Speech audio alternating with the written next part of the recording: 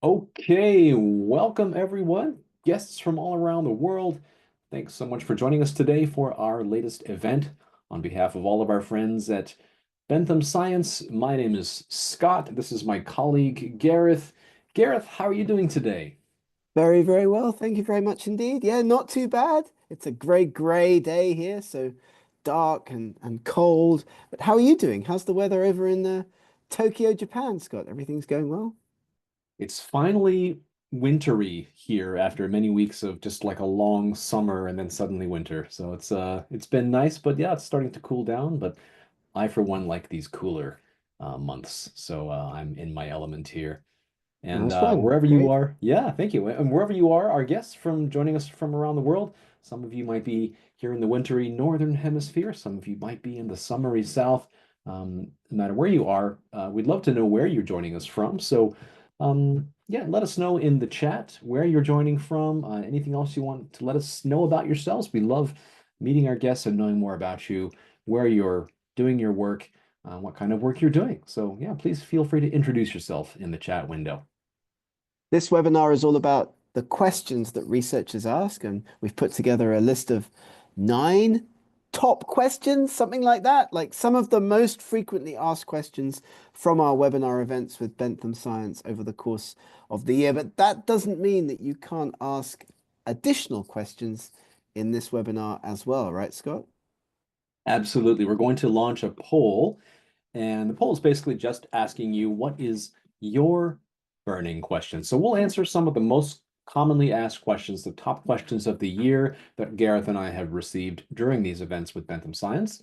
But we also want to hear if you have any questions that we didn't answer today that are burning questions for you, you'd love to, to ask us, and we'll do our best to try to answer them, won't we, Gareth? Absolutely, absolutely. It's your opportunity to ask us anything as we come to the end of the year. We've been doing these webinars with Bentham all through 2024. So if you'd like to listen to any of the recordings, you certainly can. And at the end of this event, you'll get access to this event recording as well as a certificate and follow-up emails from the Bentham team. There's the poll. Fantastic. What's your burning question? We'll give our guests a moment to think about this. Don't worry if you don't have a chance to finish typing or asking or thinking about your question. We will reopen the poll a bit later. And also, if you're having any trouble typing your question into the poll, you can also just use the Q&A box. That's, I think, at the top or bottom of your screen here on Zoom. Either way, we're going to collect your burning questions and try to answer as many as we can within the event today. If we cannot get to your question live on the event, we will try to reach out to you after the event and help you the best that we can. So feel free to ask your question in the poll just now, or feel free to type it into the Q&A box here on Zoom. Yeah, answers, Absolutely excuse me. fantastic. Yeah, questions coming in already, which is great. Fantastic. That's I can see awesome. some of That's our awesome. guests have burning questions for you, Professor. Oh wow, we're gonna be doing this event together, and I can see guests from India, from Iraq. Like where else in the chat box? Where are we seeing guests coming to us from today? Vienna, Austria, fantastic. Yeah, we have Also, Österreich, we more have from India, we India. have, yeah, fantastic. Great to see everyone joining us today. Thank you. I know December is a busy season. I know it's difficult to make time at the end of the year to join events like ours today. So thank you so much for making time. We hope it's useful for you. Oh, Kenya, fantastic. Fantastic. I've not had a chance to visit there yet. I hope to someday. But Brilliant, brilliant. burning questions. But this event is being presented by Scott and I. SciTrain is the name of our company. If you'd like to learn more information about SciTrain, you can go to sci-train.com. But we're talking today about Bentham Science. We're giving this presentation on behalf of our friends and colleagues at Bentham Science, which is a very great publisher, right, Scott? An opportunity for our colleagues to learn more about Bentham Science, the publisher. Indeed, Bentham Science is a growth publisher, as we like to say, and very high quality journals with impact factors, highly ethical and very robust and rigid peer review process, guaranteeing the quality of all of its published work. So feel free to check out at the link I've just typed into the chat window there. So benthamscience.com. And if you'd like to know more about us at SciTrain, Gareth and myself, as he mentioned, it's sci-train.com. The link is also in the chat window there. So on behalf of Bentham Science and SciTrain, I think we're almost ready to get started, aren't we, Gareth? Shall we? Absolutely, absolutely, absolutely. Let me just quickly say that Bentham has more than 160 online and print journals. That's 126 hybrid journals. So those are journals that you can publish in without any charge, or you can pay that article processing charge, which we're going to be talking about a little bit later in our event today. I have a sneaking suspicion, in order to convert your article to a fully open access publication. And then there's also 40 open access, fully open access gold journals, as we like to call them. Bentham also has more than 1,300 online and print books, which are also worth checking out. And so if you're interested in learning more about the content that Bentham Science Publishers has available, do check out benthamscience.com, or the other website that Bentham runs, which is called eurekaselect.com. Lots and lots of opportunities to check out those great journals, 160 or more that you may be interested in getting access to as a librarian. And we have this great opportunity for librarians attending this event, right, Scott? Absolutely. If you're joining us and you're a library sciences manager, or you're managing the library of your institution, then feel free to scan the QR code you see on your screen there. We'll let you know through that link how you can obtain a free trial for 3 months from Bentham Science, and you can try all the high quality and impact factor journals from Bentham Science at your institution. No obligation, no cost to you. 3 month, a completely free trial, nothing to lose. So click on that QR code and check out.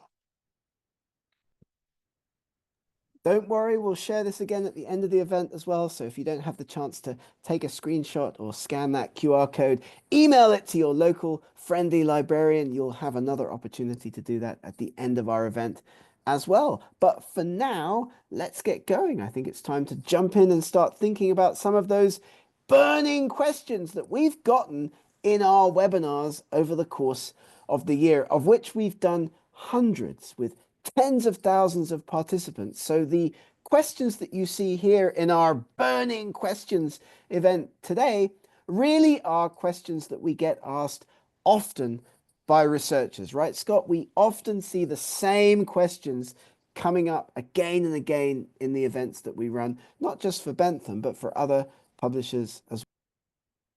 That's absolutely true. And if our guests are wondering who we are and why we feel that we're qualified to answer those burning questions, Professor Dyke here is an incredibly well-published author of more than 300 papers as author or co-author.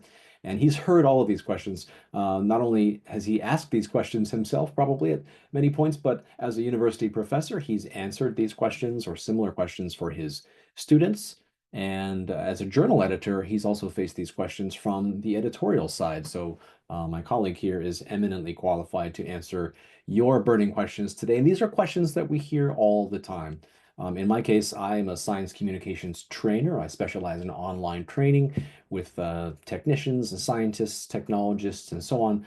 And similarly, I hear a lot of these questions from my clients and my students, people wondering what's the best way to communicate their science. They run into some roadblocks and troubles. So Gareth and I have heard these questions many times before, and that's why they're the top questions of the year. So yeah, let's jump into these questions from our guests. And if you have any more questions, please type them in the Q&A panel. We'd love to hear from you.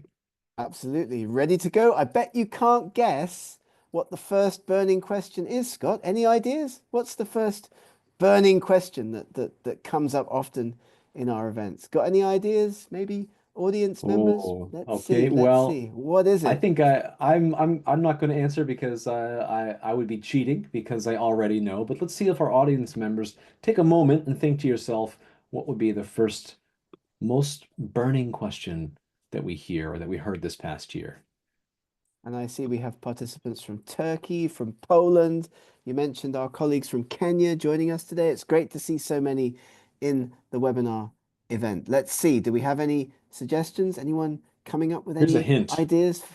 Give us a Here's a hint. hint. It's something related to money. Wow. Okay. Well, Mm. let's see. This is number one in our list of 9 top hot questions of the year. And it's about this: how to write a successful grant proposal. We often get asked this question. And so what we've done is we've put together a few tips, a few tricks in the next series of slides, which we hope will give you some insights into this particular question. And it's pertinent because coming up on the end of the year, the beginning of 2025, you may very well be thinking about your grant applications that you plan to write in the coming year. So how can you do that? How can you put together an effective grant application? I know Scott has experience working with many colleagues across Asia, helping them edit and put together grant applications. How should we do this, Scott? What is the first thing that we should be thinking about as we put together an application for funding? Well, I think it's the same as when you're putting together a manuscript. You should be addressing a problem. You should be answering or solving a problem or answering a need. And this is what funders are looking for. What need is your study addressing? And I think it's a great place to start.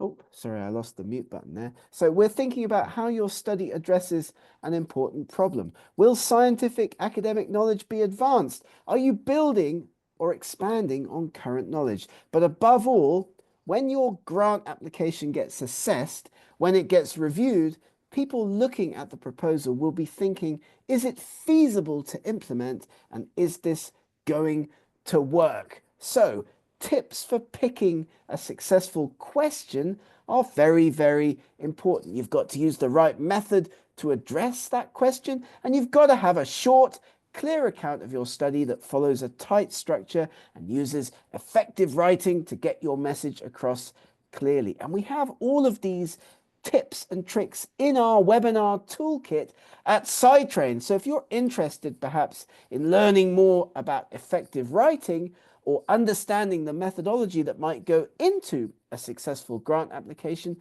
do get in touch with Scott and I at the end of this event. In order to be successful with a funding application, you have to have a feasible research question, and you've got to use the right method to address that question, because your funders, people assessing and deciding whether or not your work will be suitable for giving money to, will be looking at your proposal and will be thinking, is it realistic?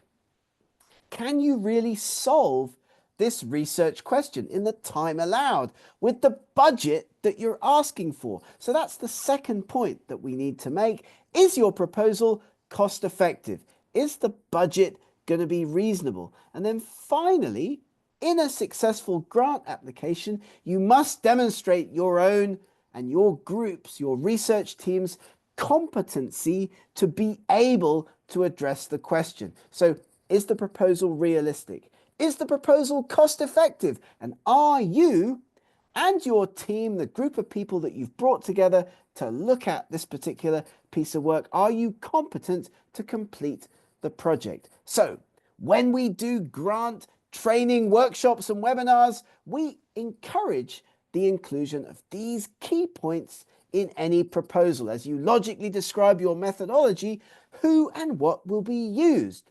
How will it be done?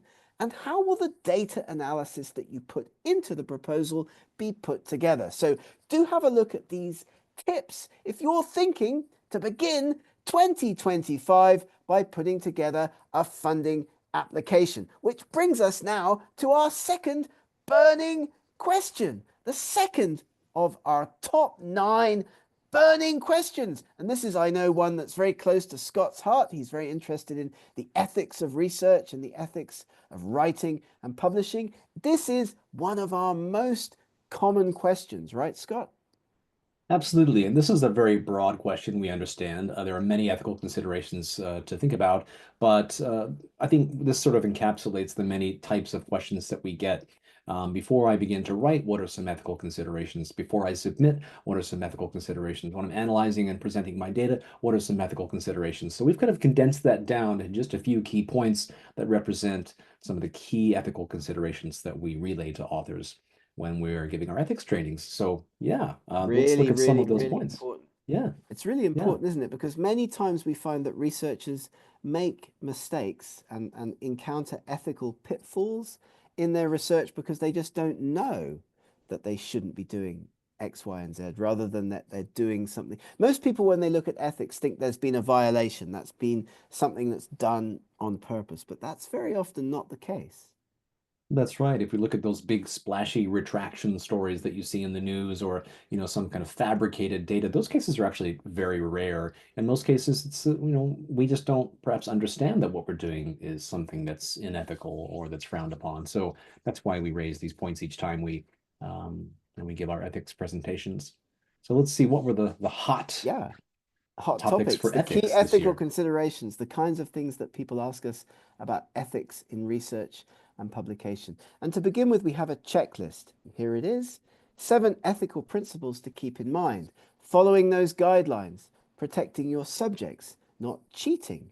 Don't steal, respecting the copyrights of other researchers and other publishers, other owners of content, stating the true authorship, submitting ethically, and avoiding conflicts of interest. And we see all of these questions from researchers, but many of them are quite uncommon, right, Scott? I mean, some are more common than others, and some are just things that people don't know that they're not supposed to be doing often.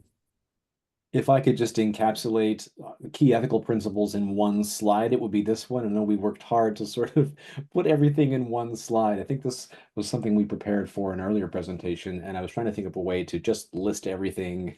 Normally, I don't just put a table onto a slide. It's kind of, not always interesting to look at tables on presentation slides. But in this case, the information was so concise and nicely compact that I thought it's worth doing a one pager. So if I were to show young or early career researchers just 7 principles, these would probably be the main ones. So this is a great slide to take a screenshot of. This is a great slide to have a look at later. Of course, we're not saying that you're going to do any of these on purpose, but you do need to be aware of these issues in order that you can make sure that you don't have that issue in the future with your research. So let's have a look at the ethical guidelines that you might need to follow. And this is important because you can check your target journal's ethics policy and associated statements. Your university may have policies on ethics. If you're a PhD student or a master's student, the Equator Network is a great resource. The COPE guidelines, the Committee on Publication Ethics, as well as the Singapore Statement and the fantastically acronymed International Committee of Medical Journal Editors. So do have a look at these checklists. They're worth reading. They should be essential reading for any researcher getting going on a research project. Guidelines to follow and make sure that you are performing and developing your research in an ethical way.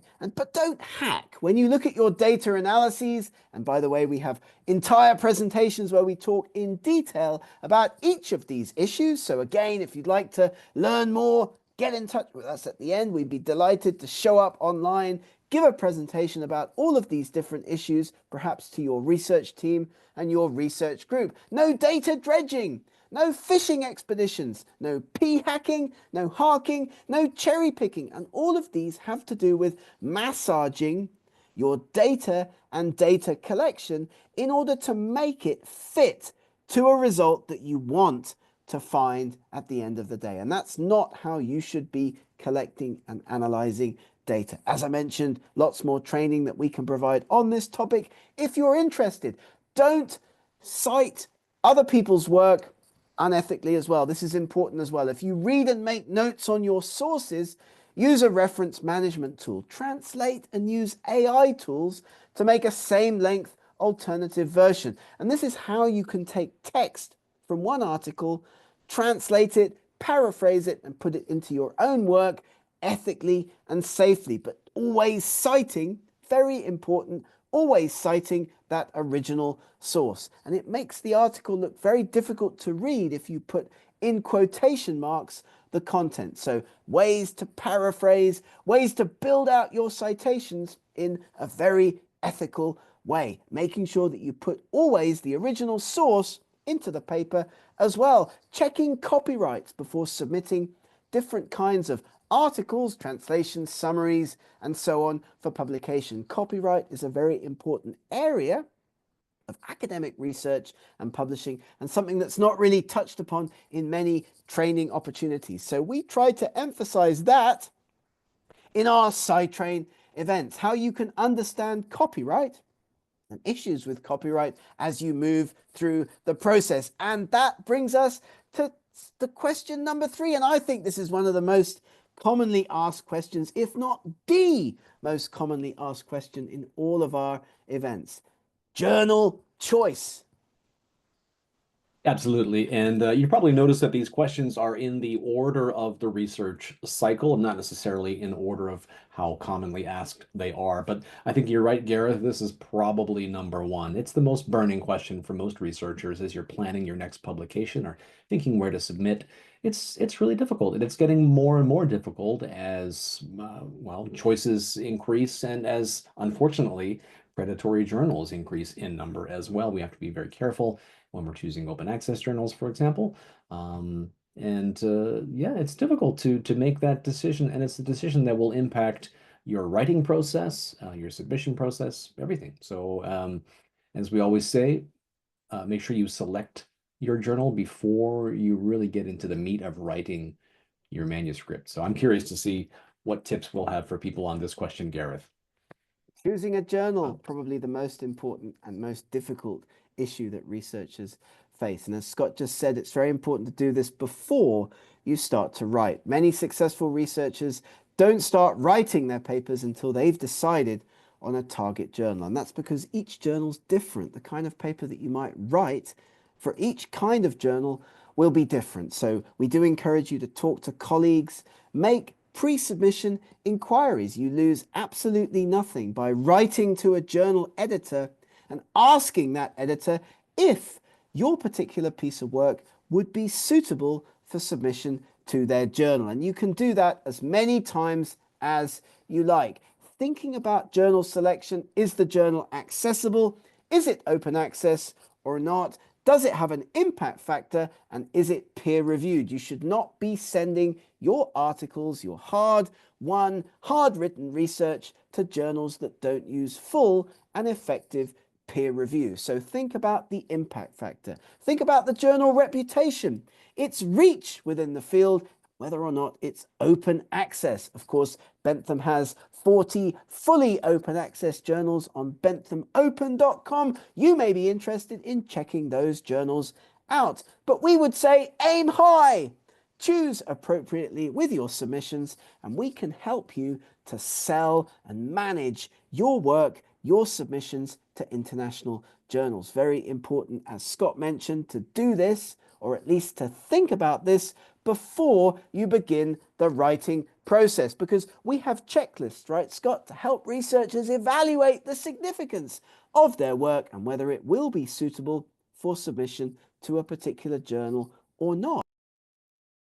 This is a great checklist. And before we go through this one, this is one of my favorites, if we go back to that previous slide, Gareth, I wanted to just mention a note about your 3 rules. This is Gareth's famous 3 rules for journal selection. I love this too, Gareth. And I think rule number 3 sometimes requires some explanation. When we say selling your submission, what we mean is to approach your submission as if you are promoting your paper, and that you need to do this sometimes at submission. You need to highlight the key findings and why they are important or novel. And that's what we mean by sell. We don't mean, of course, actually selling, but we mean selling the idea of your paper, selling your findings, and really promoting them to your target journal. This is incredibly important. We mentioned it earlier during the grant writing process. Of course, you need to solidify and present the value and merit of your planned research in order to get funding. And then also when your research is completed and your manuscript is written, you need to also promote your submission to your target journal. So it's an important skill to learn, promoting your research. A lot of scientists feel shy about that, but it's incredibly important, as Gareth will tell you. You have a research project, you've collected some data, you'll know what the significance of that research is. You know that. You're the researcher. You now have to communicate that to the journal, convincing them, that's what we mean by sell, as Scott was mentioning, in order that they are excited and interested in learning more about your paper and maybe accepting it for peer review, maybe sending it out for peer review. I'm not going to read this checklist out, but you can do this. You can go through that process with your research. Is this journal too good, good enough, at the right level for my piece of work? And of course, this comes with experience. You can ask your supervisors and more senior colleagues in your department. You can look at the websites of other researchers who are successfully publishing. You can see where they put their work. And we've got this 6 ways to self-evaluate, which I think works, right, Scott? People do use this to get their papers targeted for specific journals. Exactly. And once you go through this self-evaluation, then you'll sort of know where to pitch what type of journal is suitable for your paper. And at that point, you'll feel confident in selling your paper to that journal because you've gone through the homework, the rigor of self-evaluating and realizing, okay, is my paper suitable for this publication, for this journal? And once you go through that decision, you'll feel more confident as you pitch and sell your paper to that journal. But don't forget about Absolutely. these pre-submission inquiries. You can send emails to editors. You can write to editors with your research result, with your title, with your abstract, with the key takeaway, the key message, the key sell of your research, and ask them, would you like to see a submission from us to your journal? You can do that as many journals as you like. And indeed, we have a template that we'll give to you in this event as well that helps you with that process. Whatever you've got, talk to the editor at your target journal or target journals about your research before making a submission. And on the subject of journals, open access is another huge burning question for researchers, right, Scott? This is the question we get all the time. Why publish in open access journals? Of course, there's a cost involved, but as we'll see in a minute, Gareth is going to explain some of the benefits of publishing in open access journals.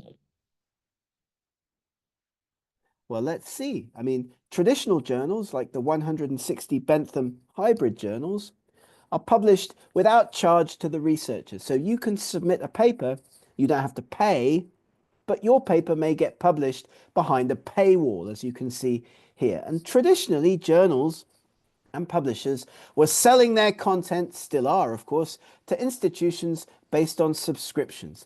Access then to your paper is only possible if you or your institution, much more commonly, has a subscription. That's not great. There are many places, institutions, parts of the world where we can't access all of that content. So, open access is a better choice. Content is freely accessible to all, but the publishing model, as you'll see in a moment, publishers have put together, means that there's often a charge for that. And this is really the crux. Different kinds of open access, as you can see here. Green open access is the first kind that I want to talk about. That's where you publish in a traditional journal, one of the Bentham 160, no charge to you, but you then are allowed to put a final late stage version of your paper, perhaps the version that you submitted to the journal before it got accepted, onto a website like ResearchGate, academia.edu, or your own institutional website. So the research results, the outcomes, the content is accessible, but not in the final published version. That's green open access. Gold, of course, is where you pay a publisher, a journal, either to convert a traditional journal, a hybrid journal, to fully open access, or it's an open access journal all the way. There's a charge for that in gold open access. Diamond, our favorite kind, that's where an institution or a society or even a publisher is supporting an open access journal, and there's no cost to authors. And there may be societies in your field that you should become a member of, maybe paying a small annual fee, that give you access to a potential diamond open access journal for your research. But if you do choose to publish open access, OA, you're going to get more readership, you're going to get more citations, you're going to get much more impact, much more visibility. And of course, in many parts of the world, this is required if you have government funding. Very important to keep that in mind. If you've got a grant from your government, let's say, are you being told to publish in an open access journal? And so we are often being asked by researchers about this.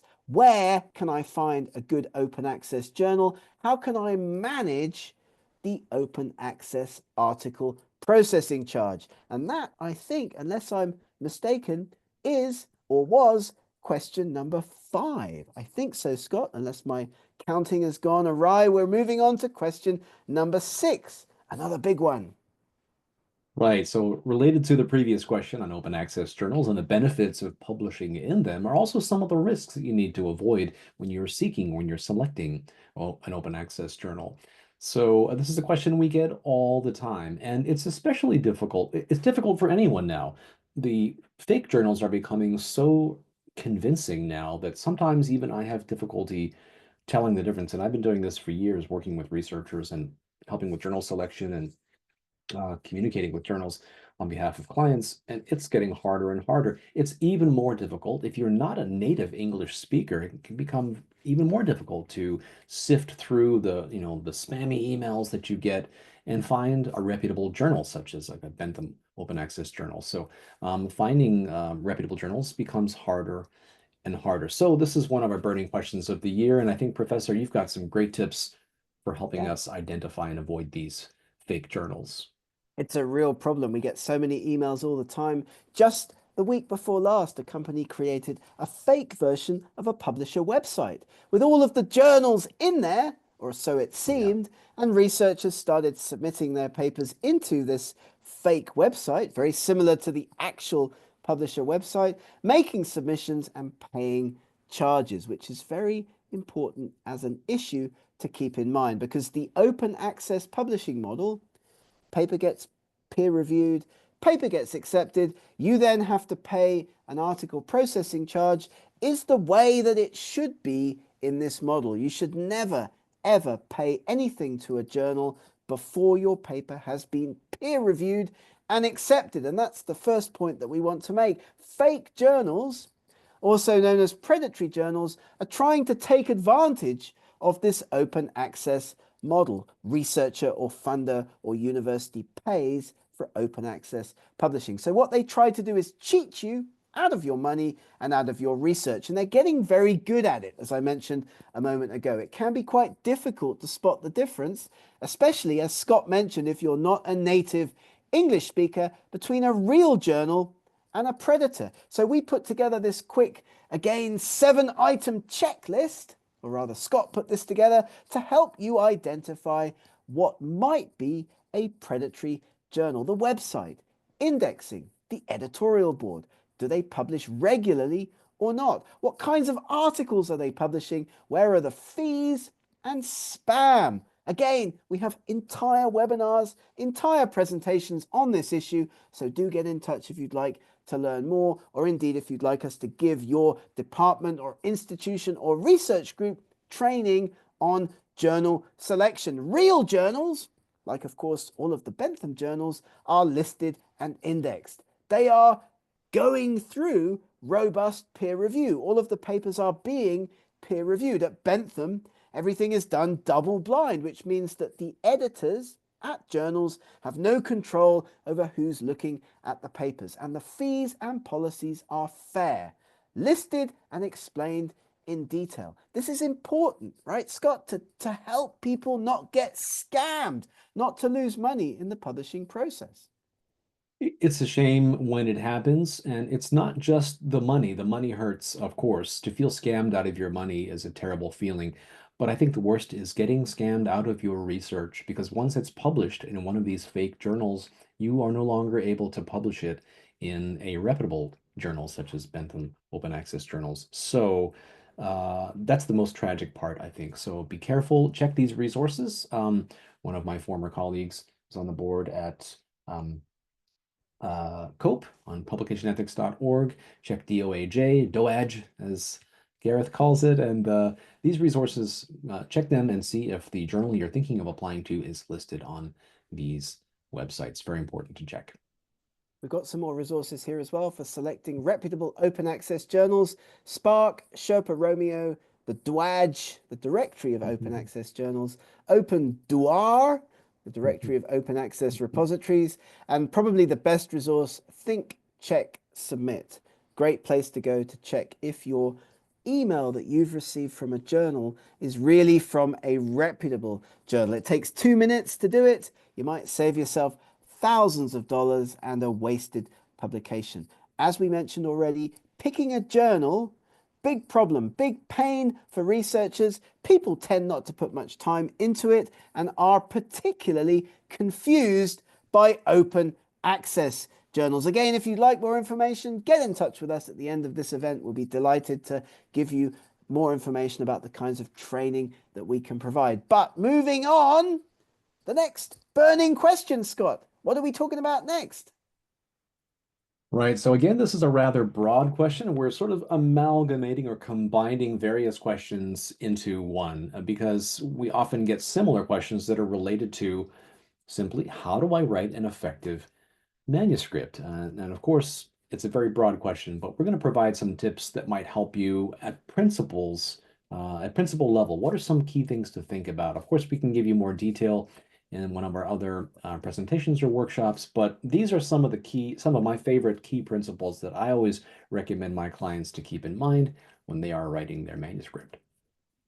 So people are going to read your paper in a particular order, as you can see here: title, abstract, introduction, methods, results, discussion, but you won't write your paper in that order. And this is one of the first things to keep in mind and think about when putting an effective article together. Don't start at the beginning and keep going till you get to the end. You will be, first of all, putting together the results and the methods at the start of your article, drilling down into your research question. And keep in mind that you've got to let your readers know what the question is that you're addressing, because this sets up the expectation for the rest of the article. And we have some guidelines for effective English: explicit phrases, question words, stating your hypothesized effect, identifying the types of variables, and study design, but being clear and effective with your writing. Clear, effective English writing is super important. People tend to think that if you're more complicated with your writing, that makes you look good, but it's not the case in academic English, right, Scott? You've got to be simple with your writing, simple and clear. There's so many reasons why that's true. One of the key reasons is that most of your readers will not be native English speakers, and many of them will not be experts in your particular field. So if you want to do any kind of cross collaborations with other disciplines, other researchers, people outside of your field of specialty, it's important that you write for an audience that's broader than just your own specialty. Write simply and clearly, and your readers and editors and peer reviewers will appreciate that. Yeah, so our guidelines for writing clearly are shown here. Using plain English, short sentences, no unnecessary words, familiar words, active rather than passive voice in your writing, clear style and punctuation. It really is simple to be effective in English. One complex idea per sentence. Short sentences, the verb and the subject should be close together. Avoiding double negatives, cutting out unnecessary adjectives, avoiding jargon, and using short, simple words. And we've got lots of training, lots of events, lots of webinars that we can provide. If you or your team listening to this would like some extra help with English writing, Scott, we could do that for anyone listening to this event, couldn't we? Absolutely, and I put a link to our further training in this area into the chat box there. So hit us up at sidetrain.com. And Fantastic. yeah, if you're interested in more training in effective writing, just let us know. Reach out to us. Fantastic. I think we're getting towards the end of the list. This is question number 8, unless my counting is going awry. And this is a good one. How can I create better figures from my data? And I wouldn't claim to be an expert in the creation of figures, but there are some tips that we can share with researchers, right, Scott, in order to help them make a great figure. A picture is worth 1,000 words, after all.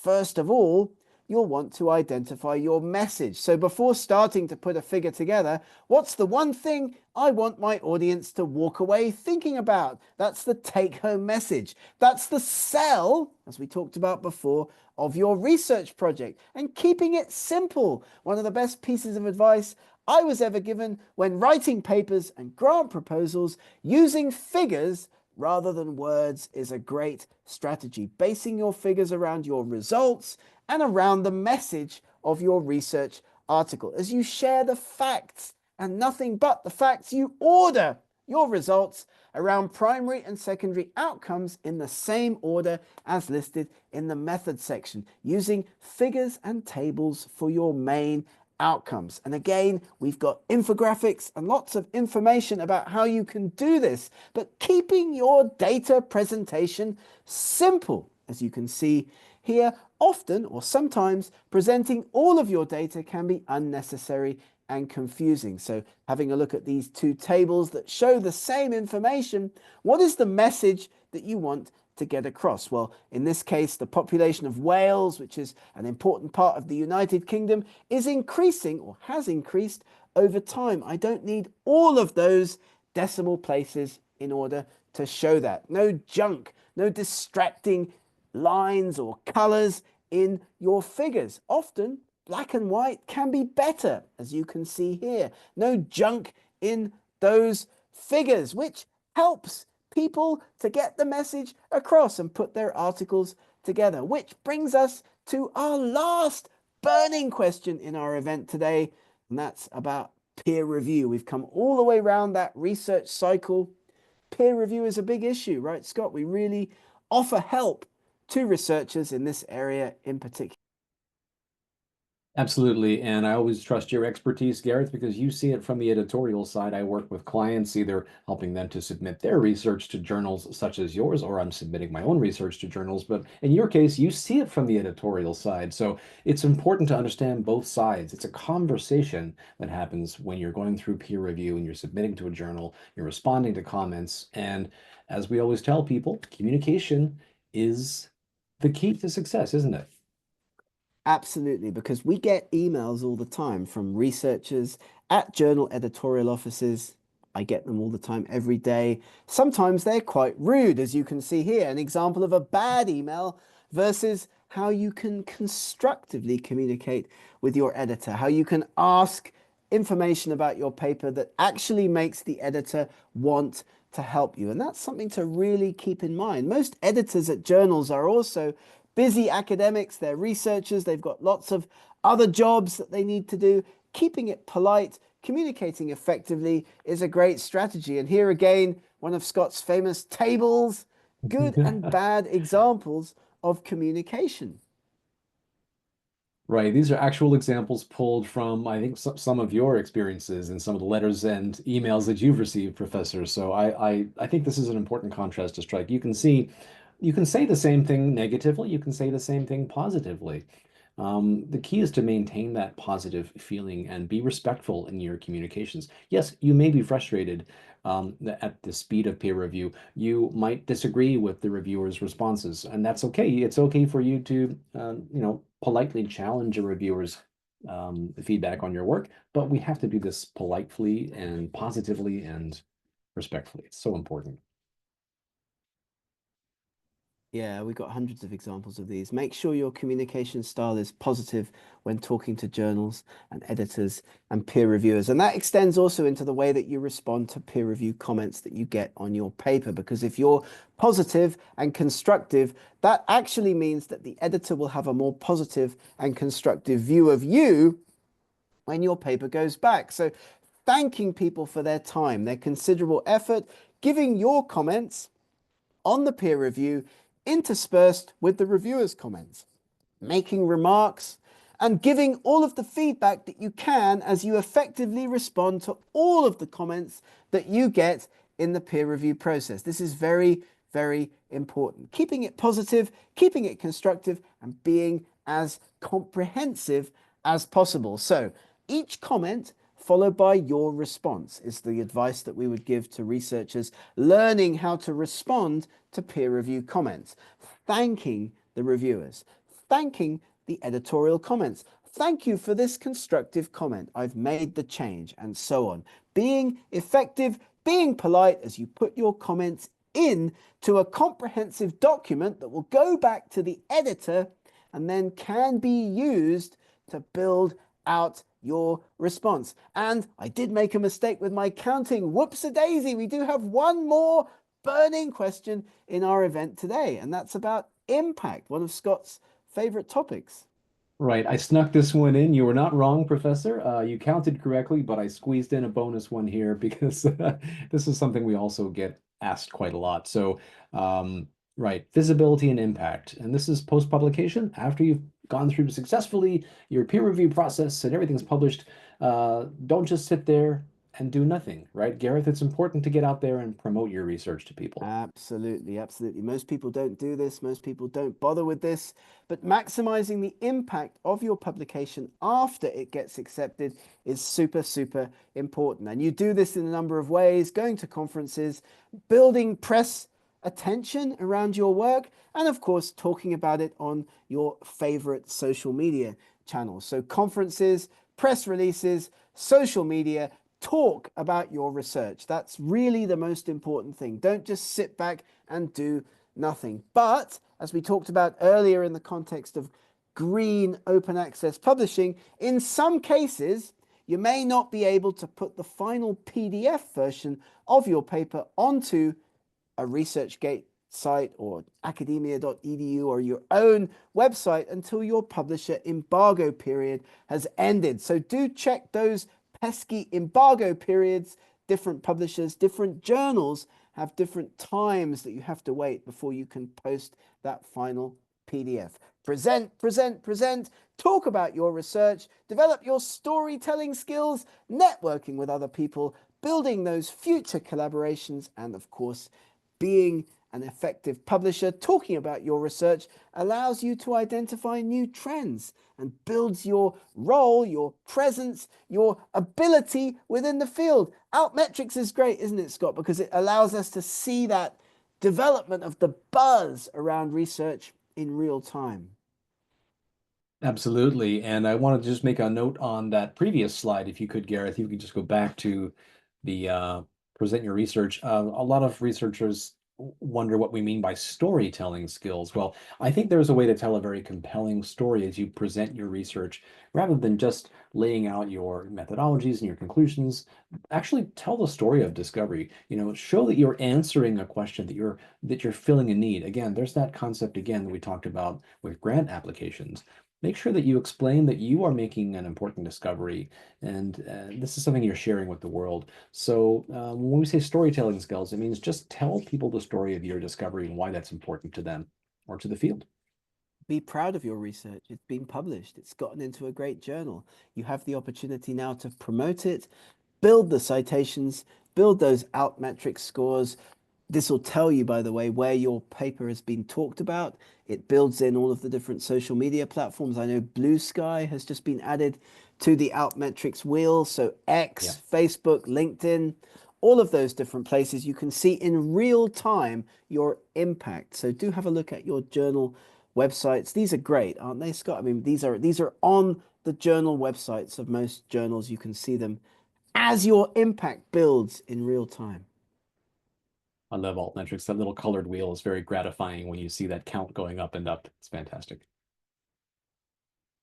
So researchers use tools like Google Scholar, Web of Science, Scopus, and your own ORCID ID to measure your impact. If you don't have an ORCID ID, you should get one because this will allow you to, like Google Scholar, see your publications and without having to build your CV yourself, how many citations they're getting, what impact they're getting on a raw academic level. While tools like Web of Science, Scopus can be used intelligently by researchers to track the paths of other papers in your field, as well as your own work. Who's citing you? How many times? And in which other journals? Because, of course, this is also very important information for you as a researcher as you build your impact and you talk about your impact to other people around the world in job applications, in grant applications. But I think, And I'm sure Scott will agree that our theme with all of this training is communication, being effective, communicating your research in English when you talk to editors, during the peer review process, and after acceptance when you promote your article out there in the wider world. Absolutely. It's about communicating your research to the widest possible audience. And thank you so much, Professor, as always, sharing your insights today. As I always say, I always learn something new each time we do these events together. And it looks like we've got some questions coming in from our audience. So Fantastic. let's see if we can get to some of these here. Absolutely. Just a couple of general questions from attendees at the event today. Some of you were asking about certificates. Yes, absolutely. We will email certificates to everyone tomorrow who attended, so no worries there. Check your inbox tomorrow for that certificate. Let's see, on to burning questions from our guests. Well, this is a very specific question. It says, when a manuscript is rejected by a journal due to a high similarity index, but the similarity arises from an earlier preprint publication of the same work, how should one handle this for subsequent submissions to other journals? So just so I understand this, manuscript is rejected. The journal says there's a high similarity index because of a preprint. Now, Professor, I know that you have experience working in preprints. Any thoughts on this very specific question about similarity indices and Yeah. preprints? Well, that's unfortunate because the preprint will be your work as well. Like the preprint is the earlier version of the paper that you've now submitted to the journal for publication. So if you get rejected on that basis, my next step would be to write to the editor and point out that this is the reason because they've not noticed that the preprint is also by you, just an earlier version of the same paper. So obviously they're running your submission to the journal through a tool like Turnitin, let's say.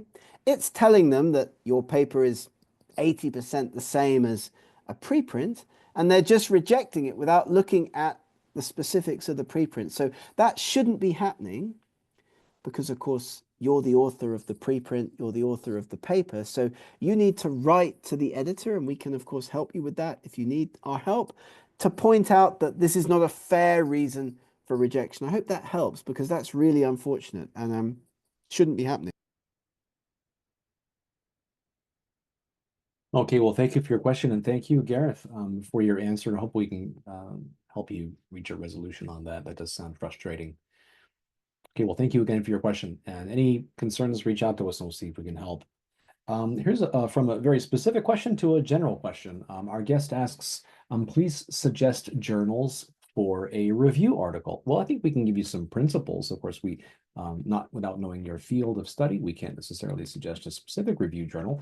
You might want to check the Bentham website for some high quality journals there. But in general, Professor, any thoughts on journal selection when you're seeking a high quality review journal or Yeah, a that's review a great article? question. Well, we do have a recommendation for a journal selection tool that you can have a look at, and that's the Edance journal selection tool, still available, still working, and still the best publisher independent journal selection tool that's out there in the world. So that's a place to start. But with a review paper, I think our best advice would be that you should be targeting a journal with a review paper before you write the review paper, okay? Because once you've written the review paper, finding a journal can be quite difficult because usually review papers are invited by journal editors or based upon communication between an academic and an editor. So my advice would be to talk to a range of potential journals before you begin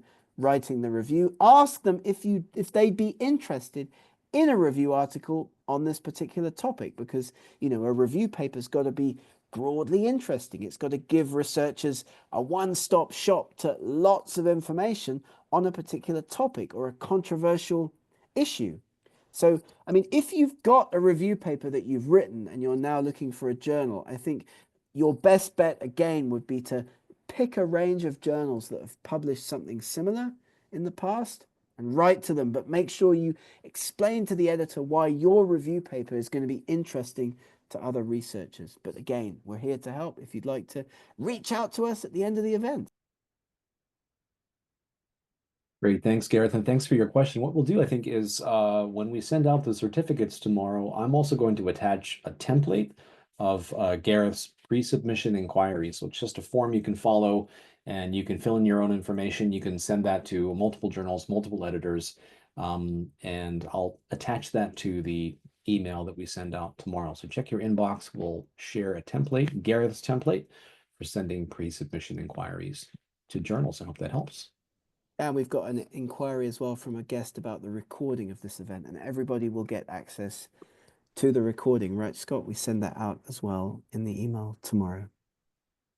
Absolutely. Yeah, we'll send that out as well. You'll get a link to the full recording, transcript, everything from the chat box, and of course, the template that we mentioned earlier, certificate. You'll get the full package in your email tomorrow around this time. So, yeah, check your inbox for that. Great stuff. Fantastic. Just while we've got you online, don't forget this librarian QR code that we showed you at the beginning of our event today. If you are a librarian or you know a librarian, or you can email this to your librarian, you should maybe think about doing that, because this QR code that we show here gives you, your institution, free access to all of the Bentham content. That's 170 journals, 1,300 ebooks, no charge for 3 months, which is a great opportunity, I'd say. Absolutely. So if you are a library sciences manager, then please just click the QR code and get yourself a free trial for your institution. And Gareth, I have, I think, one more question to squeeze in because I think this is an important Yeah, of one, course. and it's something that you often speak about, and I think you always give great advice on this. So the final question is a simple one. It says, how do I deal with rejection from journals and reviewers? Well, that's a great question, isn't it? And I know that you always give the advice to, to be confident and believe in your work. Any final thoughts for researchers who are facing rejection, which is every researcher? How do you Happens face all the and time. handle rejection from journals? Try to stay positive, because rejection can be a punch in the guts. It really makes you feel Yeah, bad. Nobody likes to get that, rejection email. But do try to take positives from the comments that you've received in peer review. Of course, you might not get any positive comments. They might be all completely horrifyingly negative, but in that case, you have to move on, you have to pick yourself up, you have to go to the next journal, because you believe that your research is good. You wouldn't have done it otherwise. You're an expert in your field. You should be able, hopefully with a little bit of help and maybe some training, to move on to the next journal. But stay positive and take what you can from the reviewers' comments, from the peer reviewers' comments, and just improve the paper where necessary and try for the next journal. It really is difficult. I know we get rejected so often, but that's part of your career, and how you move on from rejection can actually also influence the course of your career. So again, yeah, great question. We have other on that particular topic as well that we'd be happy to share with you also. absolutely. Take those comments to heart, but not too much to heart. Use them and turn them into something positive. And if you get a desk rejection, most often that's probably a journal selection issue. Right. So in those cases, you don't really get helpful comments back from the journal. But again, you can learn from those. Maybe you were outside the aims and scope of that journal. So if you get one of those desk rejections, it feels like you're being ghosted by the journal. Again, take a hard look at your journal selection process and maybe review the slides that we showed earlier on journal selection. So yeah, stay positive. Don't take it too much to heart if you get rejected. Happens to every researcher. So Indeed. And thank you for listening, everybody. Thank you for chairing and partnering in the event today, Scott. Fantastic. Like Bentham Publishers.com, benthamscience.com, eurekaselect.com, and we're always here at sci-train.com if you'd like to learn more about the work that we do, engaging, training, and helping researchers. thanks so much, everyone, for joining. And thank you, as always, Gareth, for sharing your insights and wisdom and experience as an author, as an editor, as a professor. Thank you so much. As always, I learned something new from you today. So thanks again. And to our audience, we look forward to seeing you at our next series of events next year. We have a whole new series planned for you. You can check out the full range of events at benthamscience.com. webinars. The link is in the chat window. You can sign up for any events in advance. Take a look at the topics we've got planned out for you. Gareth, it's going to be another exciting year of events for Bentham Science, isn't it? Absolutely, absolutely. Be great to see as many of our colleagues joining us today in this event or listening to the recording. If you're listening to the recording, join us for the next live event. Thank you so much and have a great day. Thanks, everyone. Thank you, Gareth. Happy holidays to everyone.